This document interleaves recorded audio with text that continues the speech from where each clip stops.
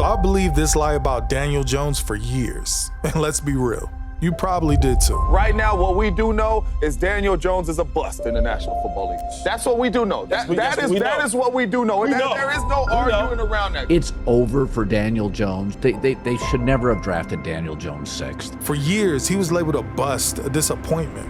But recently, something's happened. Danny Dimes is so f***ing good. Yeah. I don't know if he was always this good. I don't know who this is, because this isn't Daniel Jones. This guy playing for the Colts, this is Indiana Jones. And of all places, he did it in Indianapolis. Man, Shane Steichen really trusts Daniel Jones. But how did we get here?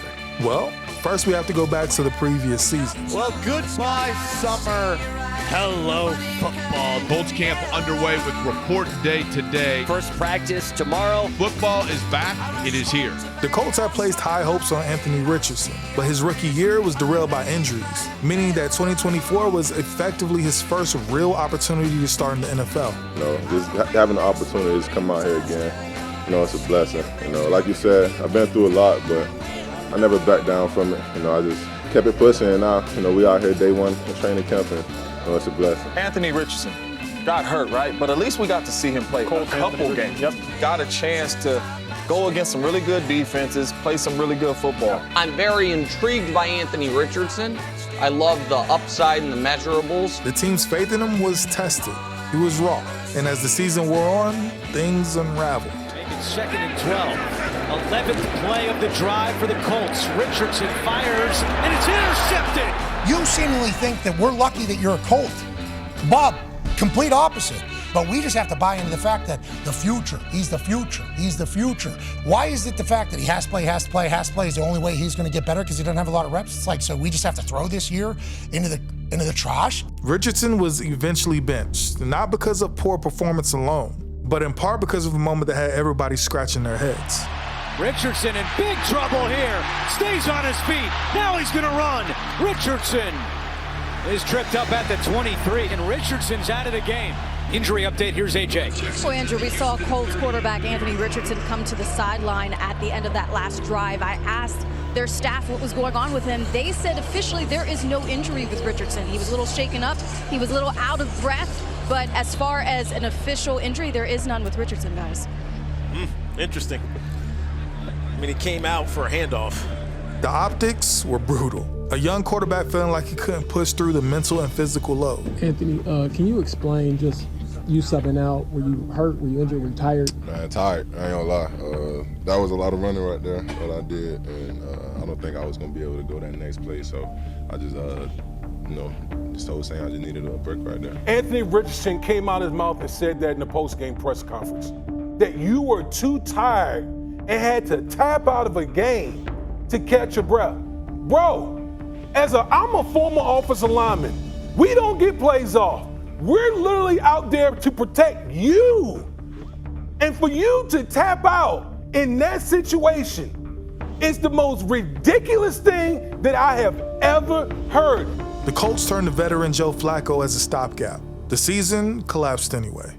By the time the season was over, the organization was in flux, searching for stability and searching for a future. All right, to open it up, just disappointed, extremely disappointed. 4 years we've not gone to the playoffs. We've not won a division since I've been here. Not won a playoff game since 2018. I've got to own all that. I do.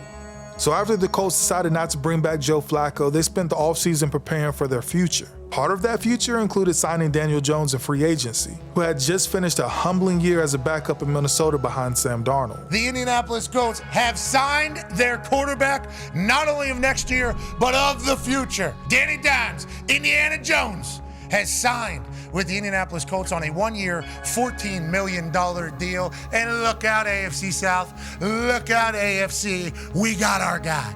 Jones came in with little fanfare. A once hyped top 10 pick, now viewed as damaged goods, trying to claw his way back into relevance. This is about right. Go someplace else. Just like Darnold did last year with Minnesota, 1 year and $10 million, you go to Indianapolis 1 year and $14 million and show that you belong in this league before you get another damn dime. I like that. Doesn't bother me. That set the stage for one of the most intriguing quarterback battles of the offseason. Jones versus Richardson. The hardest thing to do is evaluate your own team. And I didn't do a good enough job creating enough competition throughout the roster and keep everybody on it. And at the end of the day, it's about competition and achievement. I mean, that's essentially what it boils down to. There's got to be some stress. There has to be. Richardson had the draft pedigree, the athletic upside, and the fan support. But Jones had something different. Experience, composure, and a steadiness the Colts were desperate for. Anthony Richardson, Daniel Jones, even Riley Leonard. Who's QB1 on this team?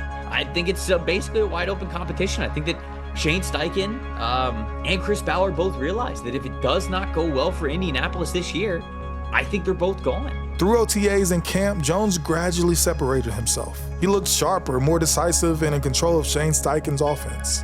By the end of camp, the verdict was clear.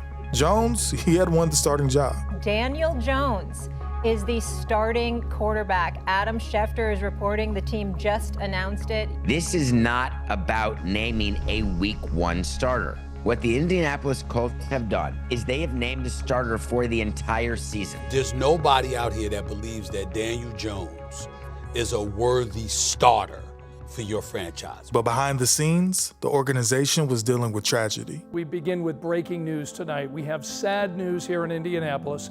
The Indianapolis Colts tonight are confirming that owner Jim Irsay passed away this afternoon. His death hit the organization hard. Look, he was one of a kind. We all know him. Anybody that's gotten to meet him, he was unique, but he loved the Colts. He loved the players that played for him, and I'll always be indebted to him for giving me my chance in the NFL. He was one of the most brilliant, unique, and interesting humans to ever exist. I'll miss Jim Irsay, and you done good, buddy. You done good. Yeah. He was awesome. An emotional opener for the Indianapolis Colts. Win for Jim is the motto this year. Longtime owner Jim Irsay passed away in May, and today he will be inducted into the Colts Ring of Honor. Week 1, and in his debut with the Colts, he looked nothing like the lost quarterback who stumbled out of New York. Big time, touch pass, he's got a man, Pittman, touchdown! The offense was sharp, efficient, and balanced. They didn't just put points on the board. They made history. For the first time since 2013, the Colts won a season opener. A streak that had haunted the franchise for over a decade was finally snapped. It is a new day in Indy for Danny Dimes. He threw for 272 yards, 3 touchdowns. How awesome is this debut for you? Yeah, it was fun. Fun day. Come out here and play well, so it was good. Week 2 was even more dramatic. The Colts edged out Denver 29-28 on a field goal as time expired. The snap, kick is on its way, headed for the uprights, and it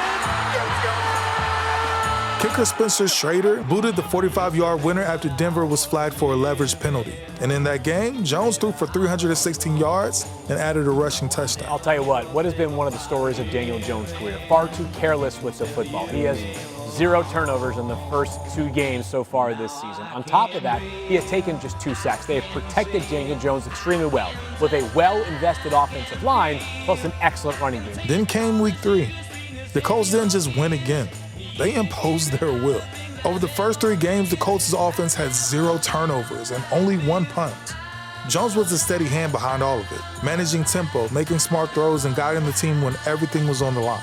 This wasn't the same Danny Dimes we were used to. I don't know who this is, because this isn't Daniel Jones. This guy playing for the Colts, this is Indiana Jones. Something the Giants thought they were getting in 2019 when they drafted him 6th overall. The New York Giants select Daniel Jones, quarterback, Duke.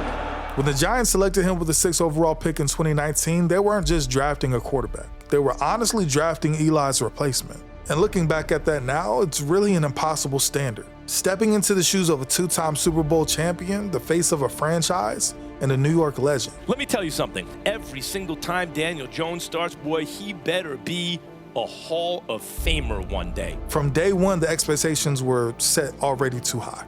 Jones, he showed flashes though. His debut comeback win, his dual threat athleticism, the occasional Danny Dimes deep ball. Daniel Jones, did he catch it? Darius Slayton has a giant touchdown. But the flaws outweighed the highlights. Turnovers piled up, injuries mounted, coaching changes left him in a carousel of systems. I think that they feel like bringing in Brian Daboll will be a service to Daniel Jones, and Brian Daboll has been hired as the next head coach of the New York Giants. Then came the big contract. 4 years, $160 million. A massive bet by the Giants that Jones was the guy. The New York Giants and Daniel Jones have reached an agreement on a multi-year contract. He's Paul Dottino, I am John Schmelk.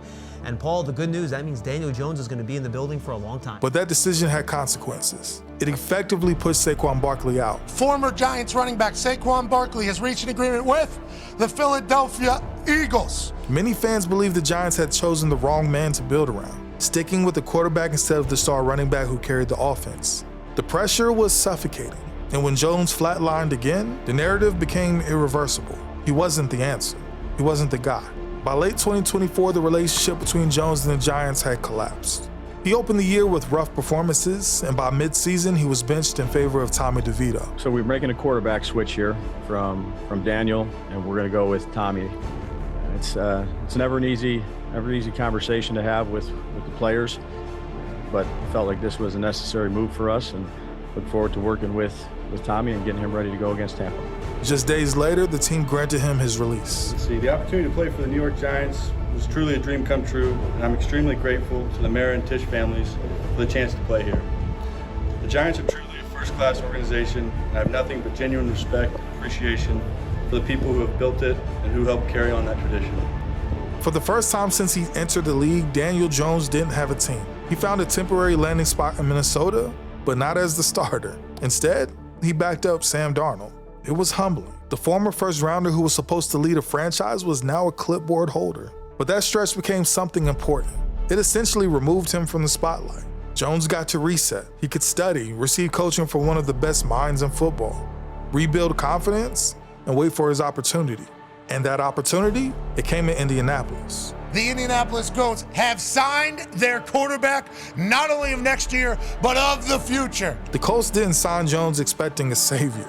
They expected stability, maybe a veteran bridge, but what they've gotten has been so much more. There's a list of Indianapolis Colts and Baltimore Colts quarterbacks that have started a season 3-0 with 0 giveaway.